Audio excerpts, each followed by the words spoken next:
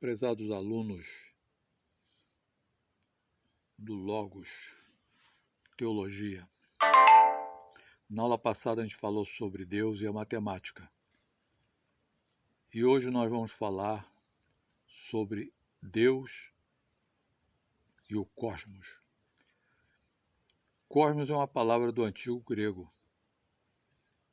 E vocês sabem que em línguas antigas a tradução das palavras fica muito complicada. Os especialistas dizem que você deve interpretar as palavras, buscar o sentido do qual possivelmente tenham sido utilizadas por falantes da época.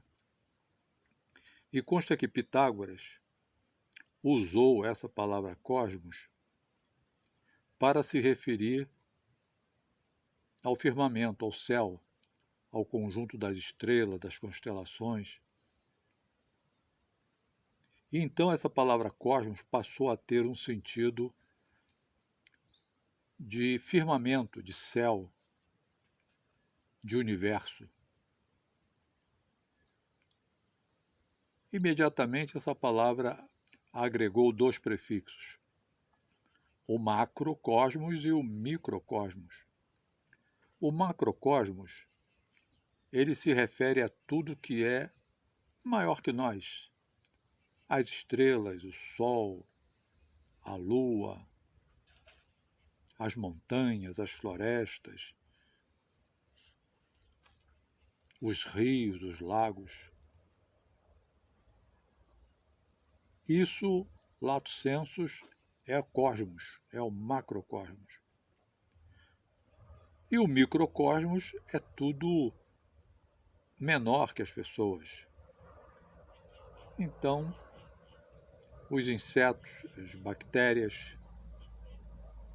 tudo que é minúsculo, tudo que existe, mas é invisível, as moléculas, os átomos, a estrutura básica da matéria, tudo isso aí comporta o sentido de microcosmos.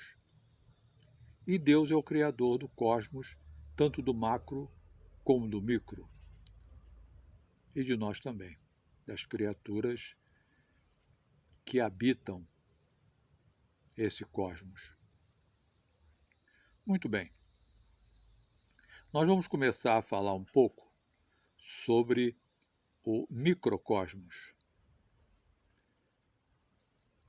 Esse microcosmos, ele começa a ser estudado, observado desde muito tempo.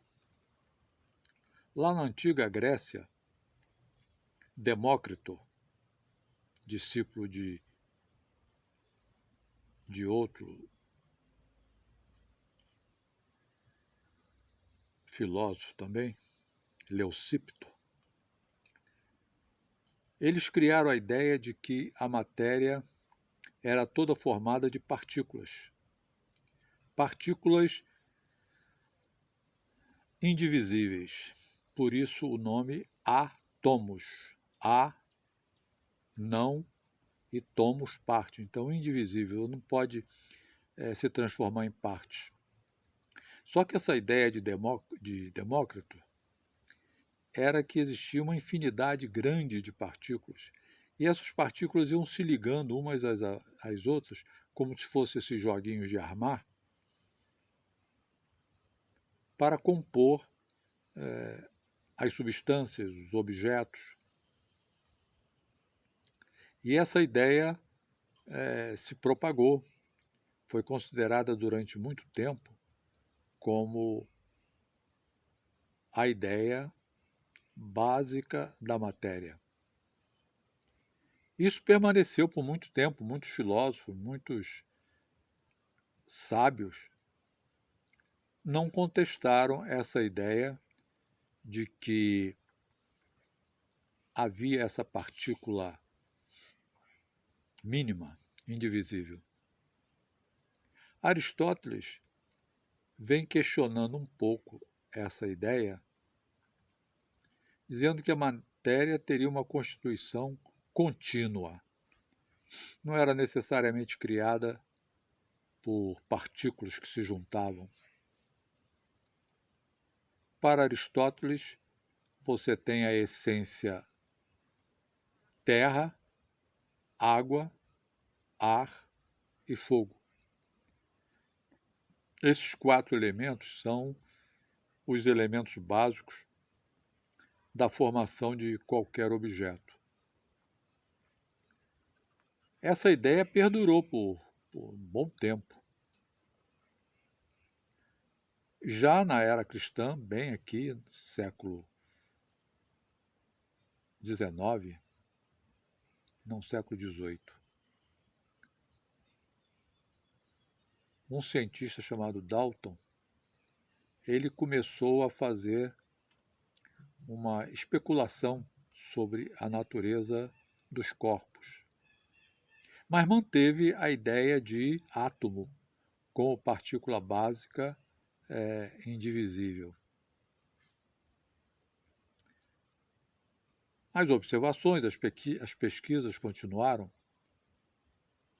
até que um cidadão chamado Rutherford, ele fez umas experiências muito interessantes. Ele colocou um canhão eletrônico. O que é um canhão eletrônico? É um tubo de chumbo com um elemento radioativo no fundo. Então, esse elemento radioativo fica emitindo radiação. E um tipo de radiação é a chamada partícula alfa. O que é a partícula alfa? São 2 prótons e 2 nêutrons. É o núcleo do elemento chamado hélio. E ele colocou uma placa fina de ouro. E atrás dessa placa, ele colocou uma película fotográfica. Então, conforme o canhão eletrônico ia emitindo as partículas alfa, a partícula alfa passava pela folha de ouro praticamente sem nenhum impedimento. A maioria das partículas passavam e iam formando lá na placa fotográfica o sinalzinho de chegada, tudo juntinho, como se a partícula alfa não tivesse sofrido nenhum desvio. Uma ou outra desviava, uma ou outra saía fora. Então, o Rutherford, ele concluiu dessa experiência que a placa de ouro era composta de átomos de ouro, mas esses átomos tinham um núcleo duro, um núcleo denso. Mas a periferia, o entorno desse núcleo, ele era habitado por partículas mínimas, pequenas, de muita energia, mas de pouquíssima massa. Os elétrons, mais tarde, eles vão ser avaliados em 1840 a 2000 vezes de menor massa do que os prótons. Os prótons são 2000 vezes mais. Então o elétron, ele gira, ele vibra em torno do núcleo, mas tem uma massazinha muito pequena. Então reparem, a partícula alfa, sendo 2 prótons e 2 nêutrons, passa pela nuvenzinha de elétrons sem tomar conhecimento. É como um pedregulho passando no meio de uma poeira, não vai desviar. Os grãos de poeira não vão desviar aquela pedra que passou em velocidade. Mas uma ou outra batia no núcleo, aí a coisa é diferente. Batia de frente ou resvalava, então desviava para cá, desviava para lá. Então Rutherford concluiu que o átomo teria um modelo em que nós teríamos um núcleo um núcleo mais denso e uma periferia. Então surgiu o modelo atômico, que durante muito tempo se constituiu e ainda se constitui um modelo válido. Ou seja, no núcleo nós temos os prótons e os nêutrons. Inicialmente eles avaliaram que seriam só os prótons positivos, e os elétrons com carga negativa. Então os elétrons, apesar de ter uma massa muito pequena, 1840 vezes menor que um próton, mas a carga elétrica, ou seja, a energia elétrica que ele dispõe, é equivalente a de um próton. Então o átomo, como um todo, ele é neutro eletricamente. Depois verificaram que esse núcleo deveria ter mais massa, e apareceu então a partícula chamada nêutron. Então o núcleo do átomo, ele é composto de prótons, partículas positivas eletricamente, e os nêutrons, e uma periferia formada de elétrons, eletricamente negativo e de massa muito pequena. Já foi um avanço. O pessoal ficou radiante, porque em vez de ter dentro daquele modelo de Demócrito, lá na Grécia, de uma infinidade de partículas, eles nessa ocasião restringiram o átomo a 3 tipos de partículas: o próton, o nêutron, formando esse núcleo mais denso, mais duro, e a partícula chamada elétron, que orbitava esse núcleo. Foi um grande ganho. As substâncias, a partir do hidrogênio, o hidrogênio, que é o menor átomo da natureza, tem apenas um próton, não tem nêutron, tem um próton e um elétron. Depois vem o hélio, com 2 prótons, aí agrega 2 nêutrons e 2 elétrons. E assim sucessivamente as substâncias vão se formando, tudo com apenas essas 3 partículas. Foi muito bom, foi uma redução maravilhosa. Mas depois eles começaram a descobrir que não eram só essas 3 partículas. Existiam outras partículas. Se tem o elétron negativo, teria o pósitron positivo. Se tem o nêutron, teria o neutrino. E começaram a descobrir outras partículas subatômicas. Bem, mas vamos seguir aqui na linha do modelo atômico das 3 partículas. Seguindo esse modelo, o elétron estaria girando em torno do núcleo. Aí surgiu uma dificuldade. Se esse elétron está girando em torno do núcleo, então ele está perdendo energia. Ele perdendo energia, ele iria cair no núcleo, ele iria colapsar. E ao colapsar, toda a matéria ia implodindo e seria tudo destruído, porque todos os átomos se autodestruiriam pela própria perda de energia do elétron que girava em torno do núcleo. A situação ficou mal parada. Até que um cientista, Niels Bohr, ele falou: bem, já que a coisa não tem solução, vamos postular, vamos criar a hipótese de que o elétron ele gira em torno do núcleo, sem perder energia. Ah, legal.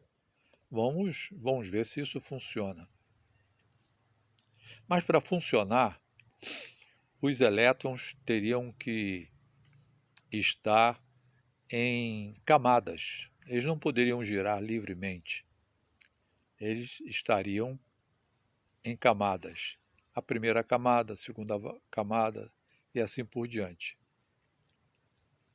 E para que esse equilíbrio se mantivesse, se um elétron ganhasse energia, ele pularia para a camada subsequente. Se ele ganhasse energia, ele pulava para uma camada mais externa. E se ele perdesse, emitia uma energia e pulava para uma camada mais interna. Essa ideia começou a ser comprovada em experiências, e isso mantém a estrutura do átomo de uma maneira permanente. Porém, a atividade eletrônica ela é muito intensa. Então a gente vê a placa de ouro lá do Rutherford, era uma folha de ouro, como qualquer objeto. Aparentemente a gente olha e vê que ele é um objeto sólido, ou líquido, ou gasoso, mas o sólido.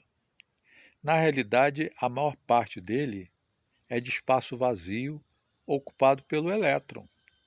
Só que esse espaço vazio, os elétrons não estão paradinhos, eles estão vibrando intensamente. Para a gente entender um pouquinho essa ideia, veja um disco rodando. Se você fizer uma marquinha no disco, ele estiver parado, você vê exatamente aquele ponto. Mas se ele começa a girar, conforme a velocidade aumenta, aquele ponto se transforma num risco contínuo e você tem a impressão que ali existe uma linha contínua e não um ponto. Então, conforme os elétrons vibram e giram e se agitam na eletrosfera, que é a área em torno do núcleo do átomo, ele preenche de energia aquele espaço. Mas não impede a passagem de ondas eletromagnéticas e outros tipos de efeitos, radiações, passam através dos corpos, das paredes. O raio-x atravessa a gente sem nenhum problema. Raios gama, então, nem pensar, passa direto. Então, essa estrutura básica da matéria permaneceu como a estrutura aceitável, respondendo à maioria das experiências que se faziam. Apareceu um cidadão, um cientista, chamado Max Planck, que ele justamente identificou que a energia ela não flui como se fosse um filete de água. Ela salta de uma camada para outra e são emitidas ou absorvidas quantidades de energia que ele lá na língua dele usou um termo que, traduzindo para o português, seriam pacotinhos. Então a energia ela não flui, ela pulsa, ela passa de um nível para o outro como se fossem pacotinhos, fótons de energia. Muito bem. Isso colocado, ele chamou essa quantidade de energia de quanta ou quantum de energia, que é uma palavra vinda do latim que significa porção, quantidade. E a partir dessa ideia do Max Planck, de que a energia não flui continuamente, ela vibra, ela pulsa, e a energia passa de um ponto para o outro aos quantum, aos pacotes.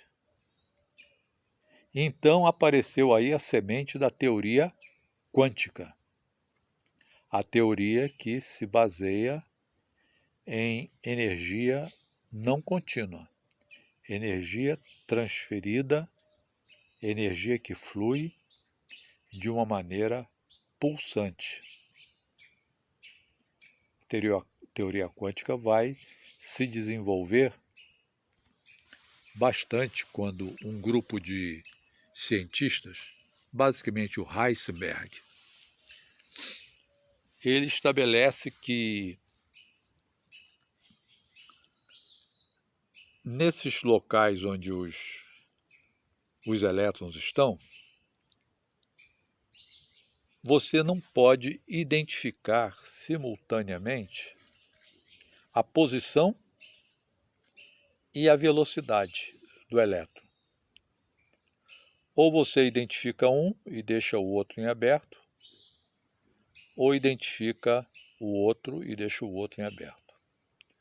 Ou o momento, velocidade, ou a posição.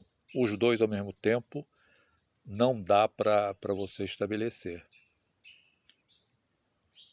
Então, as camadas eletrônicas em torno dos átomos passaram a ser consideradas como orbitais. São áreas em que você tem maior probabilidade, grande probabilidade, de encontrar o elétron ali. Por isso é que a teoria quântica, que tem esse conceito do Heisenberg, chamado de princípio da incerteza. Por que incerteza? Porque é incerta a posição do elétron se você determinar a velocidade. E é incerta a velocidade se você determinar a posição. Então, isso na física, na filosofia de modo geral, é chamado de princípio da incerteza. Então, no princípio da incerteza, você trabalha com probabilidade de encontrar o elétron num determinado local. Então, o orbital, que é o local onde os elétrons ficam em torno do núcleo, existem vários orbitais, como as várias camadas. Mas agora não é mais camada, são locais onde você tem uma probabilidade de encontrar. Então veja, a matemática probabilística, a regra das probabilidades, que não tinha muito cartaz na física, passou a ter uma importância fundamental na teoria quântica. Nós vamos ver que o Einstein, que já tinha desenvolvido a teoria da relatividade, que nós vamos falar dela na próxima aula, não gostou muito da ideia da teoria das probabilidades, dando pitaco na estrutura da matéria. Ele até teria dito para os defensores da teoria quântica: Deus não joga dados com o universo, ou seja, não fica jogando para ver a probabilidade disso ou daquilo.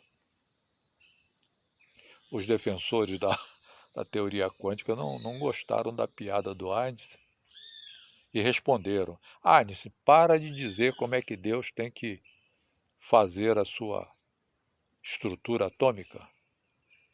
Deus faz do jeito que Ele achar, não você dizendo que Ele não vai fazer isso, não vai fazer aquilo. Então, na discussão jocosa entre autores das duas teorias, vem crescendo bastante a ideia da teoria quântica. A teoria quântica, ela é muito bem aplicada justamente no estudo do microcosmos, das partículas subatômicas, dos efeitos que acontecem no invisível, que só pode ser percebido através de experiências. Você consegue ver o que acontece no interior da matéria de maneira indireta, pelos efeitos, pelas consequências, pelas experiências. E conforme nós vamos ver, se Deus quiser, no próximo vídeo, a relatividade, a teoria da relatividade, vai trabalhar muito adequadamente com o macrocosmos. Então, a teoria da relatividade é uma excelente ferramenta física e matemática para entender o que acontece nas estrelas, nos astros, no firmamento. E a teoria quântica, que nós vamos também detalhar ela um pouquinho mais para vocês depois da próxima, ela é uma ferramenta muito utilizada justamente no microcosmos. Então nós vamos ficar com a nossa aula hoje por aqui, esperando que a gente tenha dado uma ideia para vocês desde lá dos antigos gregos, com a discussão sobre a estrutura da matéria, a partir de Demócrito, criando a linha atomística, que acha que a matéria tinha uma partícula mínima e indivisível. E as coisas foram sendo estudadas, levadas. Não tem um ou outro que seja o criador disso ou daquilo, porque o conhecimento é contínuo. Um vai pegando carona no ensinamento do outro, no que o outro avançou nisso, fracassou naquilo outro, e o outro cientista já vem pegando aquele fio da meada. É claro que aparecem os Einsteins, os Newtons, os Galileus, que são expoentes, aqueles que desenrolam mais o novelo. Mas, de modo geral, a comunidade toda científica trabalha no desenvolvimento de uma teoria.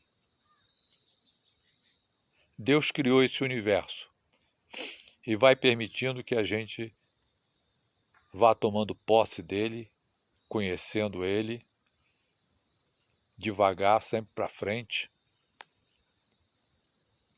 E lá em Gênesis 1, 28, ele deu o decreto de que a humanidade, o homem criado, a mulher criada, deveria dominar, tomar posse da criação. E é isso que vem acontecendo, e Deus vem permitindo que mentes, que inteligências, que capacidades venham desbravando e conhecendo todo esse mundo que a gente vive, todo esse cosmos por ele criado, tanto macro como micro. Espero que essas informações tenham sido úteis para vocês, e qualquer interesse a mais nisso, a internet está cheia de vídeos, de informações, tanto sobre a teoria quântica, sobre a teoria da relatividade, sobre os atomistas. É um mundo de informações. Quem tiver interesse, é só abrir e beber diretamente de muita gente que se dedica a ensinar essas coisas para a gente. Que Deus nos abençoe e abençoe a todos vocês, que nos dê a paz que tão necessária e desejada, e se Ele quiser, nós traremos um terceiro vídeo, uma terceira aula para vocês. Muito obrigado, que Deus abençoe a todos vocês.